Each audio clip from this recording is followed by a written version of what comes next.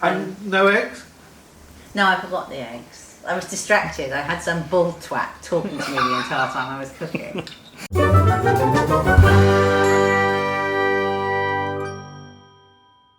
Action. Hello, alright, this is Lizzie Roper. She's on the telly, you know. Hello. Nice. This kitchen is 6 months old. Happy birthday. This kitchen is so new Yes. that the hob has just intermittently stopped working occasionally. So what happens if it stops working today? What do we If it stops working today, John, you have to rub your thighs together very, very quickly, and then I'm going to hold a pan over them. Can't we do that anyway? That sounds hornier, doesn't it? So have you got a backup if it does go wrong? I've got I've got a portable induction hob that my builder gave me. The builder? Yeah. And have you actually cooked on that? Just sat there all lonely in your knickers and bra, just cooking a risotto? John, No. I think you're projecting. Okay. Apologies. So you've done a collection of things that I know. You've done. What's that one where you did that show on Channel 4? That was Hollyoaks. That was Hollyoaks. Hollyoaks. And then you have done Boy Meets Girl. Yeah. And you have done Celebrity Storage Hunters recently with Jenny Eclair. Yeah. And you have done. I've done. Yeah. My CV is quite impressive. Yeah. I get around. I do lots of small parts in many things. I'm sort of like the Steve Buscemi of shit British TV. Oh, I wouldn't say it was all shit. just some of it. Oh, I think I burnt your sausage. Oh yeah, I had to ride a wild boar for. I rode a wild boar for Weetabix Oaty Bar. And again, foolishly, when they said at the audition, would you mind riding a wild boar? And I was like, well, of course they're not going to put me in a dangerous situation. Of course they'd be looking after my best intentions at every part.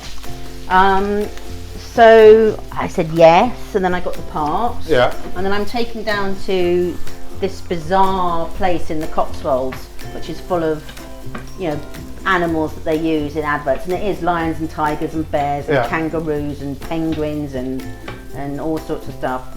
And then at one point they said, the pig! We're going to get the pig's over here. And then I just heard, and the fence starts screaming and then this gate opened, and this huge, think of the ugliest pig you've seen, cover it in hair, and then put a 20-stone man attached to it on the end of a rope, who was just being dragged across a field. And that was the pig. And then you went on to the worst week of my life? Yes, worst week of my life. That was great. That was a proper role. That was a proper, you played a batshit crazy. I played Ben Miller's father's lap dancing girlfriend. That's right, I remember that. Really? Yeah, I do indeed. That was funny, that was a good sitcom. It was an amazing sitcom, I loved doing it. And the guy, I probably put these on too early. That's the all guy right. The guy playing my boyfriend was this lovely man who was in Prime Suspect. He was adorable. And one of the scenes, so Ben Miller's turned up at his dad's house to introduce his fiancée to his dad and the girlfriend. And they turn up at the house and they can just hear all the shouting inside and screaming, help. So he has to break down the door, and then he can hear, and the screams coming from upstairs. So he goes upstairs and he opens the bathroom door, and his dad's been having sex in the bath with me. So I'm discovered with my legs spread with a man who's a good 20 years older than me in between my legs with his little arse poking out of the phone. But great scene, lasts 90 seconds on camera, but to film it, I have to lie in a bath for about 4 or 5 hours with my legs spread, with a lovely older actor who I admire enormously between them, who is mortified that he's having to do this. And I'm wearing like this big pink sort of short knickers, and I've got something covering them up. He, of course, because he's got to have his arse bared, He's had to shave his entire pubic region. Sandman's on the loo. Oh God, sorry. Sandman's on the loo. Cameraman's there. We're both in dressing gowns.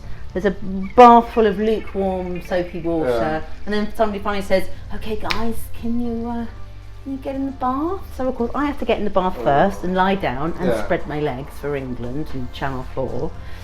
And then this poor man has to stand over me and take his dressing gown off. Yeah. And he's just got this sort of flesh-coloured lump. And I just looked at him and said, "You look like Action Man." And then he has to get into the bath and sort of get in between me. And then he's sort of going, did you see that thing on Channel 4? It's just all those awful. See the news last night, terrible about. Yeah. What were you doing this weekend? Weather's nice. Yeah. Right, so here we have something for the Libertine. Explain that.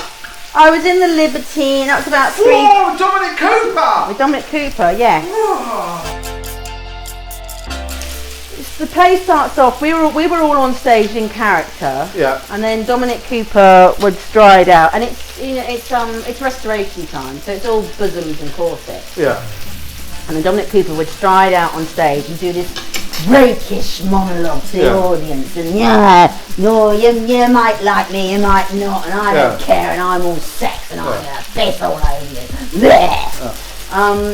So he'd deliver this monologue to the audience, and then he would walk off that way, and I would walk off that way, and then we would have to cross behind the scene to start the next scene. Yeah. And whenever I crossed over, I would just go, "They fucking love you. They love you. You're brilliant. You're brilliant. You're on fire. They love you." And he would generally say things like, "Oh, I've done so much wanking. I think I've hurt my cock." And he's so horny. He's so horny. So horny. Beautiful. He's beautiful. Yeah. The other heartthrob that you have worked with is that you were also in the West End production of One Flew Over the Cuckoo Nest, weren't you? Yeah. And you worked with Christian Slater. And there was one bit where after I'd come in and we'd kissed sensationally, Yeah. we would then go to the front of the stage and he would sit down on a chair and I would sit on his knee and he would jiggle me up and down. Yeah. And I would have this ridiculous monologue. And he would jiggle me up and down to make my boobs go. Yeah. And then he would stare at my boobs, which became him sort of drooling over my boobs, which became him fondling my boobs. And then one performance, he just whopped my left boob out and started sucking on my left nipple. In front of 800-900 people. Right. Of course I was delighted. Yeah. And and in character, Yeah. I couldn't go, "Oh no, get off." So I took it like a marine. Christian Slater sucked your tit. Oh yeah. Oh God, I'm burning everything. No, you're not. You sort of are, but you're not. Don't worry. Yeah. Oh, it's very confusing. What's it like being interviewed whilst cooking your breakfast? Is it hard? Fucking irritating. Is it? Yeah. I'm really sorry. Oh, I'm sorry about the burnt bits. Don't worry. I'm apologising to Chris the cameraman for the burnt bits, not to John O'Sullivan. Yeah. Oh no! No, it's all good. I don't know what I'm doing. Shut up! I hate you. No, don't hate me. Yeah, I do hate you. Why hate me? Because you're a penis. Yeah. Yeah. Okay, so what do I need to do? I need to cook the beans.